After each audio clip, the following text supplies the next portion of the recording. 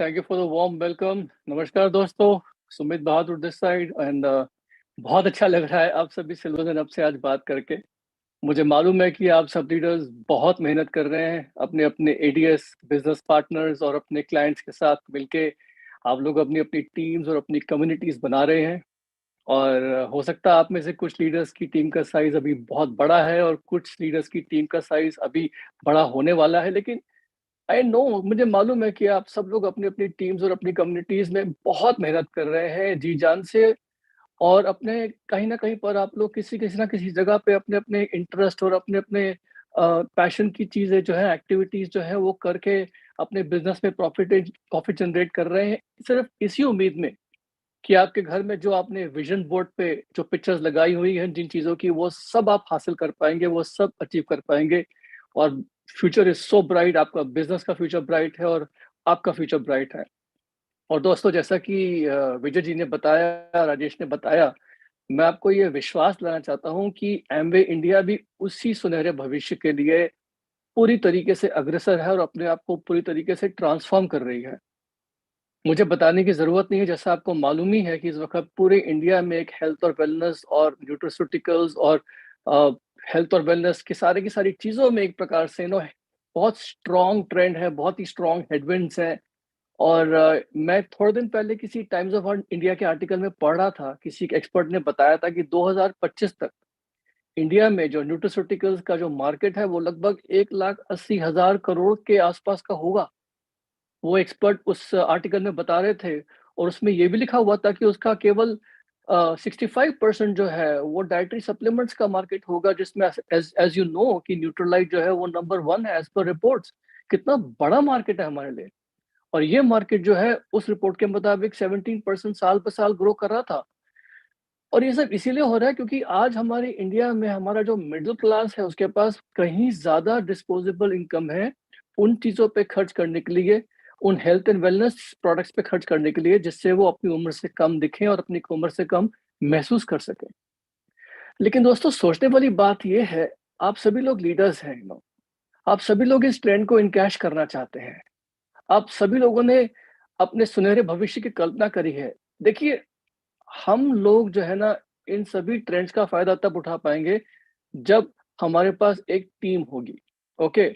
और आप सभी लोग अपनी अपने एडीएस पार्टनर टीम्स और क्लाइंट बेस को ऑलरेडी बिल्ड कर चुके हैं। ये कड़ी मेहनत आप लोग कहीं ना कहीं कर चुके हैं। बस उस मेहनत का अब हमें फल मिलने ही वाला है, वो टाइम आ गया है। लेकिन ये सब तभी पॉसिबल होगा दोस्तों, जब हम लोग अपनी अपनी टीम्स में झांक के देखें।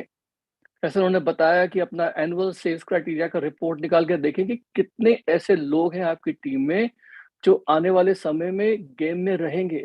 आप समझ रहे हैं मैं क्या कह रहा हूँ? देखिए दोस्तों, भविष्य बहुत सुनहरा है, लेकिन इस गेम में आप हिस्सा या तो एज अ प्लेयर एक खिलाड़ी बन के रह सकते हैं, या फिर आप इस गेम में हिस्सा ले सकते हैं एक दर्शक, स्पेक्टेटर बन के।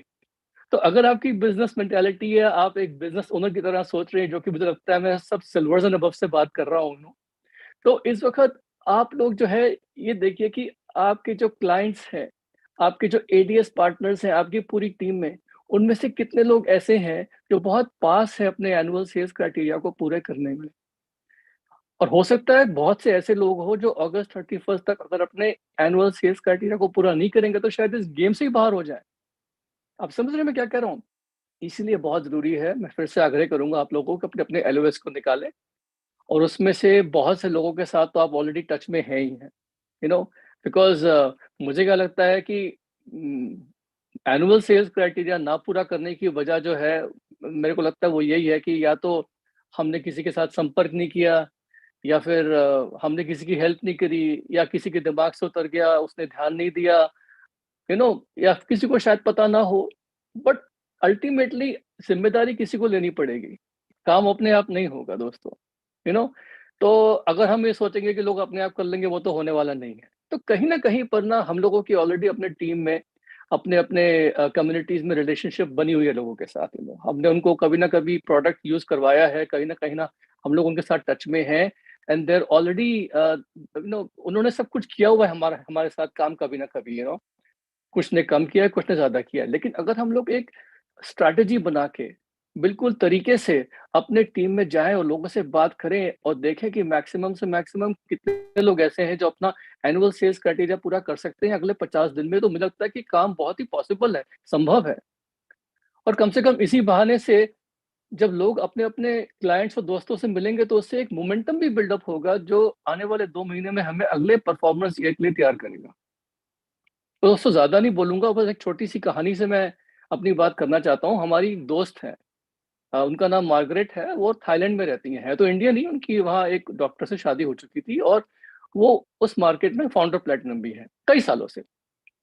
उनकी टीम में एक लेडी हुआ करती थी, जो पहले बिज़नेस में एज़ अ डायरेक्ट सेलर थी और उसके बाद कहीं न कहीं पर धीमे-धीमे एक प्रोडक्ट यूज़र बन के रह गए। तो उसके बाद उसने भी शायद अपना क्राइटेरिया वहाँ नहीं पूरा किया होगा, तो वो एमबीए की डेटाबेस से हट गई थी। उस लेडी का एक बेटा था, जो हमारी फ्रेंड मार्गरेट के बेटे के साथ स्कूल में पढ़ा करता था। और वो लड़का जो था, किसी वजह से कहीं घूमने गया होगा, किसी से मिला, अल्टीमेटली वो दोबारा से एक्सपोज़ हुआ एमवे गाइडेड एंटरप्रेन्योरशिप अपॉर्चुनिटी के लिए। और उसके बाद हुआ क्या कि जब वो थाईलैंड में वापस आया तो उसको लगा कि मुझे बिज़नेस दोबारा शुरू करना है, लेकिन मम्मी तो बिज़नेस में थी ही नहीं।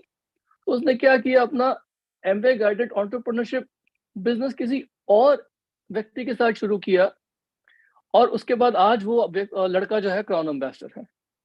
और मानेंगे नहीं, जब भी हम अपनी दोस्त मार्गरेट से मिलते हैं ना, वो हमेशा अफ़सोस ज़ाहिर करती हैं कि अरे! मैंने उस लेडी को अपने पास एंगेज रखा होता, कम से कम उसको अपने टीम में एज़ अ एडीएस बना के रखा होता, तो वो बेटा उसी के साथ, मम्मी के साथ ही आया होता और आज मेरी टीम में भी क्राउन एम्बेसडर होता। ऐसे करके वो हमेशा अफ़सोस करती हैं। आप समझ रहे हैं मेरे कहने का मतलब क्या है? दोस्तों, फ्यूचर में क्या होने वाला है, किसी को नहीं पता, ओके? लेकिन अगर आपके साथ लोग बने नहीं रहेंगे, आपके साथ लोग गेम में ही नहीं रहेंगे, गेम से बाहर हो जाएँगे, तो आने वाली जो संभावनाएँ हैं, जो पॉसिबिलिटीज़ हैं, उन लोगों के द्वारा वो आपको नहीं किसी और को मिलेंगी। बस दोस्तों, इसी मैसेज के साथ मैं अपनी बात को समाप्त करूँगा। आप सब लोग समझदार हैं and wish you all the very best and back to